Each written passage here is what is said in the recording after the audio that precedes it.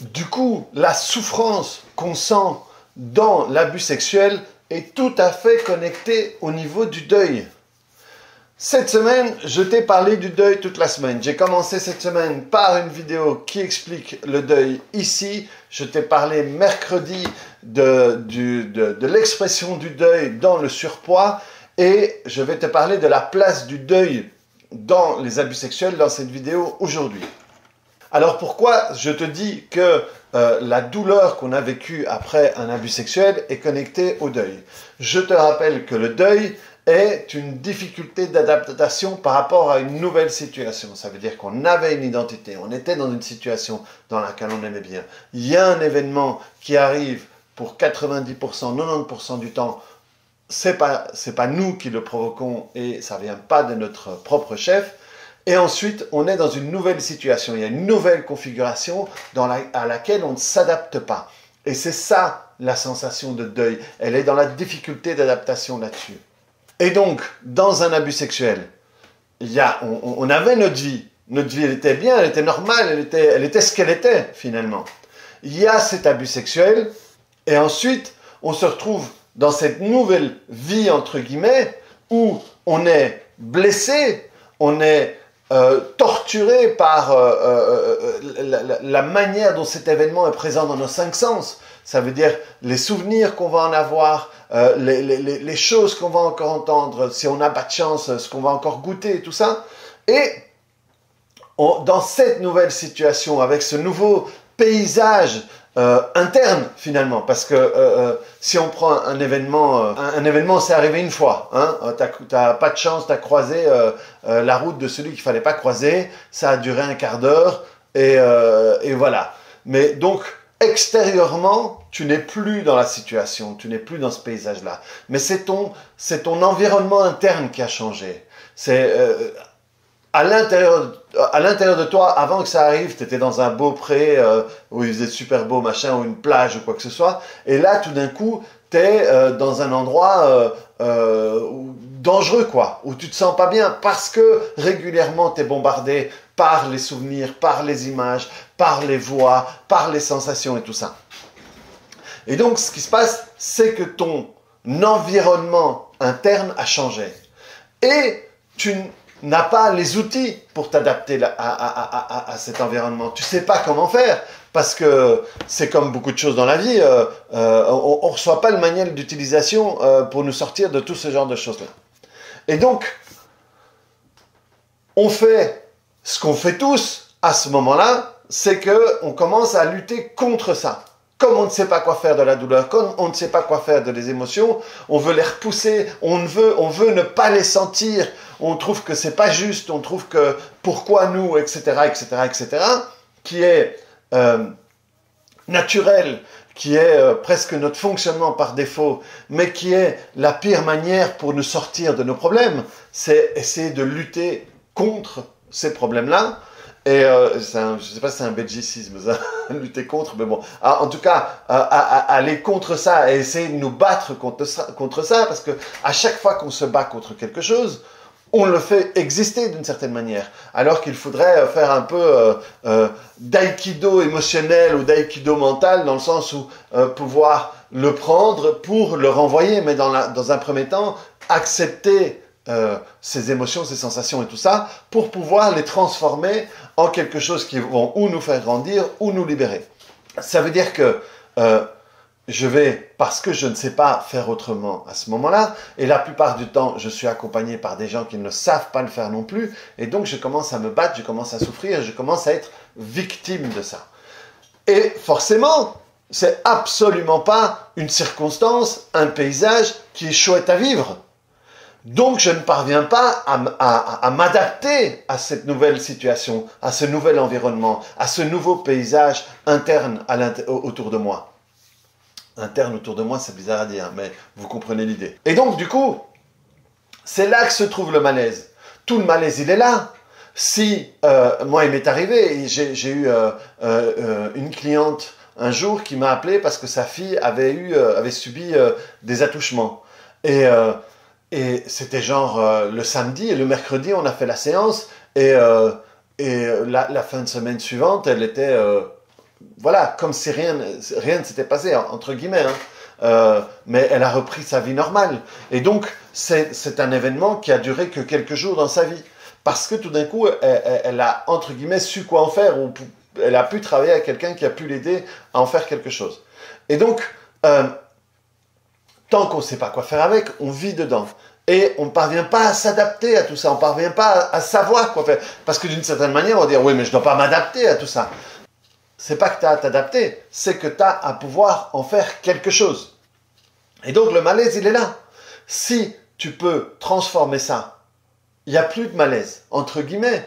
Et l'événement devient juste l'événement. Parce que le problème dans un abus sexuel, mais comme tout un tas d'autres traumatismes, il y a l'événement. Ça, c'est la ligne du temps de ma vie. Il y a l'événement qui est là. Et le reste de ma vie, c'est ce que je te dis, le nouvel environnement interne, ce nouveau paysage à l'intérieur de moi, tout autour de moi, qui est désagréable, qui est agressif, qui est dérangeant, qui est envahissant. C'est ce qui nous fait souffrir, c'est ça. Si, admettons qu'on vit cet abus sexuel, mais qu'après on ne sent rien connecté à tout ça, ça aurait une place beaucoup plus bénigne dans notre vie. C'est comme, je sais pas moi, moi il m'est arrivé d'avoir des accidents de voiture par exemple. J'en ai pas eu des masses, hein, mais j'en ai quand même eu quelques-uns. Mais ça ne m'a absolument pas traumatisé. Ça veut dire que mon comportement après, il n'a pas changé. J'ai pas eu peur en voiture, j'ai pas eu peur d'être passager, j'ai pas... Voilà. Donc, en réalité, cet événement dans ma vie, voilà, c'est un petit truc comme ça. Mais il y a des personnes qui ont un accident de voiture, et pour eux, ça a été traumatisant. On s'en fout que ça a été grave ou pas, hein. Il suffit qu'ils aient eu peur pour leur vie à ce moment-là, et leur inconscient peut faire de cet événement quelque chose comment dire, qui a de l'impact dans leur vie. Donc, il y a eu cet accident-là, et toute leur vie après, enfin une partie de leur vie après, jusqu'au moment où ils ont pu se libérer de ça, ils ont eu peur de la voiture, et alors des fois ça s'agrandit, au départ c'est peur de la voiture, et après un moment dans la voiture, il a une crise d'angoisse, et tout d'un coup il sent qu'il est enfermé dans cette voiture, et donc il commence à avoir peur des endroits où il se sent enfermé de la même manière où il s'est enfermé dans la voiture, et il commence à faire de la claustro, ou de la claustro, et peut-être après de l'agoraphobie, parce que finalement on se sent enfermé au milieu des gens. Et tout ça à cause de l'accident de voiture. Que quelqu'un d'autre aurait pu, peut-être que la personne qui était avec lui dans la voiture, voilà, ça a été juste un événement, point. Ça a été un accident ou un incident. Donc, si dans un abus sexuel, qui forcément, je ne suis absolument pas occupé à comparer les deux, mais admettons, dans une vie différente, parallèle, il y a cet abus sexuel et on peut décider de ne rien sentir après, eh bien cet événement ne prendra pas beaucoup de place dans notre vie. Ce qui prend beaucoup de place, c'est cette difficulté d'adaptation due aux émotions, due aux idées, aux pensées, due à tout ça. Et c'est ce travail que moi, je fais quand j'accompagne les gens. Quand j'accompagne les gens, le trauma de l'abus sexuel en tant que tel, c'est quelque chose qu'on travaille assez rapidement, parce qu'avec les techniques que j'utilise, moi j'ai créé une technique, le TPE, pour travailler sur les gros traumas. Et j'ai vraiment développé l'idée quand j'ai travaillé avec les gens dans le centre de désintoxication carcérale à Hawaï dans lequel j'ai travaillé, où là, j'aime autant te dire que des traumas horribles, voilà, j'en ai entendu plein, quoi. Et donc, le trauma en tant que tel, c'est pas ça qui demande le plus de travail, c'est tout le reste. C'est toutes les pensées, c'est toutes les idées, c'est toutes les douleurs, c'est tous les sons, c'est toutes les odeurs et tout ça, qui font qu'on ne parvient plus à s'adapter à notre vie après cet événement-là. Et c'est pour ça que c'est un problème de deuil. Parce que c'est ça, je ne parviens pas à m'adapter à ça, je ne parviens pas à m'adapter au fait que je ne suis plus la fille d'avant, le garçon d'avant, souriant, souriante, joyeux, machin. Et donc, je ne parviens pas à m'adapter à tout ça. Et donc, c'est un problème aussi d'identité. Parce que c'est pas non plus... Je suis pas convaincu que ce soit très sain non plus s'adapter complètement et embrasser en disant, ben voilà, aujourd'hui, Je pense que c'est même négatif. Je suis une victime et j'ai été abusé et je porte ça sur mon corps toute ma vie. Ça peut être plus sain dans le sens où ce sera moins désagréable, mais vivre la vie d'une victime, je ne pense pas que ce soit nécessaire et je pense qu'il y a d'autres chemins qui sont beaucoup plus faciles à porter. Mais donc, voilà, le brouhaha, la difficulté, elle est là. La difficulté à m'adapter à cette vie où je suis de nouveau dans pas de nouveau, mais maintenant dans cet environnement interne hostile et je ne sais pas quoi en faire. Et le problème, le nœud du problème se trouve là. Et une fois qu'on peut changer ça et faire la paix avec ce qui est arrivé, faire la paix avec ce que j'ai senti, faire la paix avec tout ça, et tout d'un coup, quand on travaille sur les souvenirs ne reviennent plus, les sons ne reviennent plus, simplement parce que je n'en ai plus besoin, parce que je suis passé à autre chose, parce que j'ai fait la paix avec moi. C'est pas faire la paix avec l'autre, c'est pas faire la paix avec celui qui m'a fait, c'est la paix avec moi dans cette situation.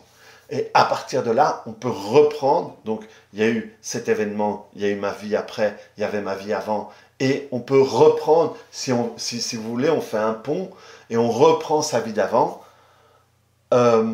Augmenter, dans le sens que on va quand même apprendre des choses de ce qui est arrivé. On va quand même grandir grâce à ça. On va quand même évoluer grâce à ça. Donc, on va reprendre effectivement la vie d'avant, mais augmenter dans nos capacités.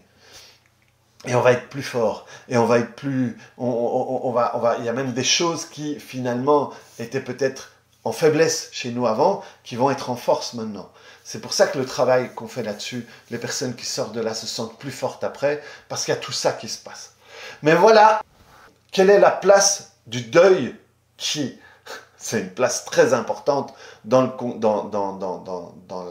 la vie après abus sexuel. Et c'est pour ça que c'est important de comprendre les choses comme ça.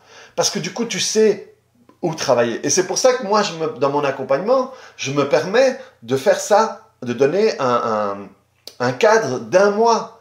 Parce que je sais où aller travailler, je sais quoi chercher et je sais comment accompagner de manière efficace la personne pour qu'elle puisse se sortir de là. Et donc en 1 mois, on travaille l'événement et on travaille toute la vie d'après, on travaille le deuil, on travaille tout ça pour que la personne puisse reprendre sa vie. Et comme je le dis, elle peut faire que sa vie soit de nouveau en honneur à elle et non plus en honneur à ce que cette personne a fait.